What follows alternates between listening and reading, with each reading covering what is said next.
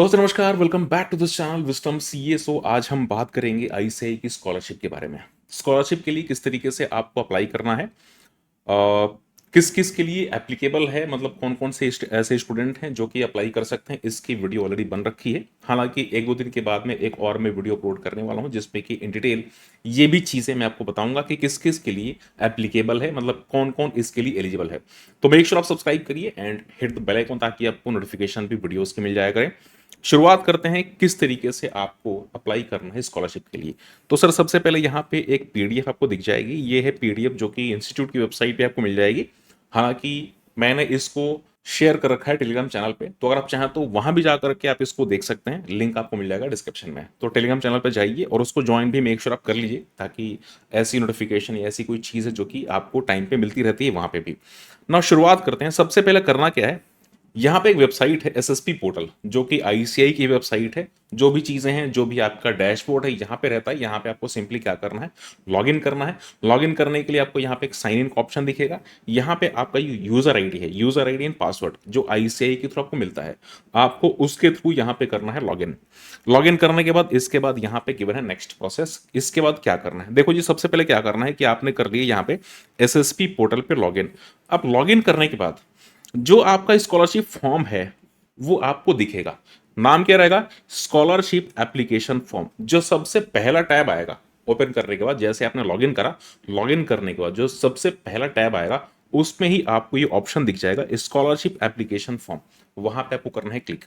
अब क्लिक करने के बाद एक फॉर्म ऑटो पॉपुलेटेड होगा। देखो कुछ कुछ ऐसे स्टूडेंट होंगे जिनमें ये ऑटो पॉपुलेटेड नहीं होगा। अगर आपका कोर्स लैप्स हो चुका है, लैप्स इन द सेंस कि जैसे कि नंबर ऑफ अटेम्प्ट्स आपके खत्म हो चुके हैं, तो उस केस में ये चीजें आपके लिए वो दिखाएगा कि आपका जो कोर्स है लैप्स हो चुका है, तो आपको फिर से उसको रिन्यू करने की जरूरत पड़ेगी। अदरवाइज अगर आपका कोर्स लैप्स नहीं है तो आपको एक फॉर्म शो करेगा। यहाँ पे कौन सा फॉर्म है, ये एक फॉर्म एप्लीकेशन फॉर्म रहेगा जो कि ऑटो पॉपुलेटेड होगा, अपने आप ही आ जाएगा। जैसे आपने इस पर क्लिक करा स्कॉलरशिप एप्लीकेशन फॉर्म पे, ये अपने आप ही आ जाएगा। अब इसके बाद आपको इसमें करना क्या है, आपको सबसे पहले जो भी आपकी इंफॉर्मेशन है उस फॉर्म में वो आपको चेक करना है। इस auto populated information need correction, कुछ अगर करेक्शन की रिक्वायरमेंट है तो आप वहां पे करेक्शन कर सकते हैं। आप करेक्शन करिए और करेक्शन करने के बाद आप उसको इंफॉर्मेशन जो भी है उसको आप अपडेट करिए। So follow the process to update the information. आपने क्या करा, जो भी फॉर्म्स हैं, फॉर्म्स में अगर आपको कुछ लगता है कि इसमें कुछ चेंज करना है मुझे, आप उसको चेंज करिए और चेंज करके आप अपडेट कर दीजिए। सो आपने चेंज करा और अपडेट कर दिया। अगर आपको कुछ चेंज नहीं करना, सब कुछ ठीक है, तो कोई दिक्कत नहीं है। सिंपली आपको क्या करना है, आपको बस अपना बैंक डिटेल आपको देना है। Provide the bank details in the given sections along with the parents annual income and submit the form. आपको आपके पेरेंट्स की एनुअल इनकम और आपका जो बैंक डिटेल्स है ये आपको फिल करना है और फिल करके आपको भर देना है, सबमिट कर देना है। आपको एक रिसीव होगी mail. A mail be sent out to the student and principal member after the student application get submitted. अब जैसे ही ये चीजें सबमिट हो जाएंगी, अगर आप आर्टिकलशिप कर रहे हो उस केस में आपको एक मेल रिसीव होगी और आपको जो प्रिंसिपल होंगे उनको भी एक मेल रिसीव होगी। तो जैसे कि अगर आप आर्टिकलशिप कर रहे हो उस केस में क्या करना है, आर्टिकलशिप रजिस्टर्ड स्टूडेंट, इनके लिए क्या करना है, आपके जो प्रिंसिपल हैं ये आपके पेरेंट्स की इनकम अप्रूव करेंगे, एनुअल इनकम ये अप्रूव करेंगे और इसका जो सर्टिफिकेट है ये मतलब कि जैसे वहां पे अपने डैशबोर्ड पे लॉगिन करके ये उसे सबमिट कर देंगे। बाकी जो अदर स्टूडेंट हैं इनके लिए मेंबर जो होंगे, member will approve the annual income of the parents. ठीक है जी, तो यहाँ पे ये इस तरीके से काम चलेगा। एंड उसके बाद जैसे ही चीजें अप्रूव हो जाएंगी, अप्रूव होने के बाद प्रिंसिपल या मेंबर जैसे ही इन्होंने फॉर्म को अप्रूव करा, आपके पास में फिर से एक मेल आ जाएगी अप्रूव्ड। ठीक है जी, और उसके बाद आपका जो अमाउंट है, amount will be disperse to the student account after selection process. जब सिलेक्शन हो जाएगा, जैसे कि सबमिट चीजें होंगी, सारी की सारी चीजें, ये तो प्रोसेस आपको करना है, ये प्रोसीजर करना है। प्रोसीजर करने के बाद आईसीआई सब कुछ चेक करेगी, सारी की सारी जो क्राइटेरियाज हैं एक बार देखेगी। अगर आप सारी की सारी क्राइटेरियाज फुलफिल करते हैं, अगर आप उसके लिए एलिजिबल होते हैं, तो उस केस में आप यहाँ पे सिलेक्ट हो जाएंगे और आपके अकाउंट में जो स्कॉलरशिप का जो अमाउंट है वो आना शुरू हो जाएगा। नो यहाँ पे ना कुछ एफएक्यूज हैं, तो एक बार हम एफएक्यूज भी देख लेते हैं। यहाँ पे कुछ छोटे मोटे क्वेश्चन हैं जो कि और भी चीजें क्लियर कर देंगे। यहाँ पे सबसे पहला क्वेश्चन है, when does ICI notify eligible scholarship applicants regarding the selection of the grant of scholarship। कब आपको उसकी नोटिफिकेशन मिलेगी, इंस्टीट्यूट आपको कब नोटिफाई करेगा कि आप इसके लिए एलिजिबल हो चुके हो और आपको ये मिलेगा। तो यहाँ पे गिवन क्या है, date of receipt of applications और यहाँ पे ग्रांट प्रोसेस्ड क्वार्टरली ऑन। अगर आपने इन दिनों के बीच में 16th ऑफ दिसंबर से लेकर 15th ऑफ मार्च के बीच में अप्लाई कर रखा है, अप्रैल में आपको नोटिफाई किया जाएगा। 16th ऑफ मार्च से 15th ऑफ जून में अप्लाई कर रखा है, जुलाई में आपको उसकी नोटिफिकेशन मिल जाएगी।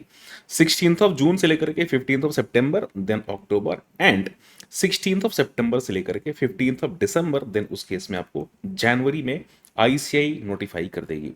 नेक्स्ट आपका जो अगला क्वेश्चन है, इस income eligibility criteria and one time recommendation required on the self service portal. अब जैसे कि आपने फॉर्म तो फिल कर दिया, लेकिन फॉर्म फिल करने के टाइम पे एक जो चीजें आपको कुछ प्रोवाइड करनी थी, आपके गार्जियन, आपके पेरेंट्स की इनकम और रिकमेंडेशन, अगर आप आर्टिकलशिप कर रहे हो तब तो आपके जो प्रिंसिपल हैं उनके रिकमेंडेशन, अदरवाइज अगर आप नहीं कर रहे हो तो किसी भी सीए जो कि एक सीए हो और वो प्रैक्टिस में हो, सीए इन प्रैक्टिस, उनसे आपको एक रिकमेंडेशन रिक्वायर्ड होती है। तो क्या ये चीजें नेसेसरी है? The answer is yes, this is definitely required. आपको अगर सिलेक्शन क्राइटेरिया कंप्लीट करना है, आपको अगर स्कॉलरशिप चाहिए, उस केस में ये मोस्ट इंपॉर्टेंट है। Next question is, when is the conduct and attendance certificate required in the portal of the release of instalment. अब यहां पे गिवन क्या है कि अटेंडेंस सर्टिफिकेट, देखो क्या होता है कि जैसे आपने स्कॉलरशिप के लिए फॉर्म तो फिल कर दिया, फॉर्म फिल करने के बाद आपकी पहली इंस्टॉलमेंट आ गई। बहुत बच्चों के डाउट होते हैं कि सर पहली इंस्टॉलमेंट तो आ गई बट सेकंड थर्ड उसके बाद की जो इंस्टॉलमेंट्स है वो नहीं आ रही है। रीजन क्या है? रीजन यही है, जो भी नेक्स्ट इंस्टॉलमेंट आएगी उसके लिए आपको जो आपका अटेंडेंस सर्टिफिकेट है वो आपको प्रोवाइड करना पड़ेगा। जो आपके प्रिंसिपल होंगे उनसे उसकी जो रिकमेंडेशन है, अटेंडेंस सर्टिफिकेट है, वो आपको प्रोवाइड करना पड़ेगा। उसके बाद ही जो अगली इंस्टॉलमेंट है, मतलब जो अगले क्वार्टर की इंस्टॉलमेंट है, वो उसके बाद प्रोसेस की जाएगी। Now next and the last question is, when will student receive this scholarship instalment in their bank account. कब आपको मिलने वाला है? तो जैसे ही आपकी वेरिफिकेशन, क्वार्टरली वेरिफिकेशन कंप्लीट हो जाए, उसके बाद आपने जैसे ही अटेंडेंस सर्टिफिकेट ये चीज़ें आपने सबमिट कर दिया, तो आपके बैंक अकाउंट में ये क्वार्टरली बेसिस पे आ जाएंगी। तो ये चीज़ें हैं किस किस तरीके से आपको अप्लाई करना है, और यहाँ पे कुछ एफएक्यूज हैं। आई होप कि आपको जो भी चीज़ें हैं, जो वीडियो में जो भी चीज़ें मैंने बता रखी हैं, आपको सब कुछ पता चल चुका होगा। एंड गाइज ये जो चीज़ें हैं वीडियो शेयर करिएगा ताकि और भी जो स्टूडेंट्स होंगे जो कि एलिजिबल हैं इसके लिए, वो अप्लाई कर पाएँ। सो वीडियो बस यहीं तक की है, वीडियो शेयर करिए, चैनल सब्सक्राइब करिए, एंड मिलते हैं फिर से अगली वीडियो में। तब तक के लिए टेक केयर एंड बाय।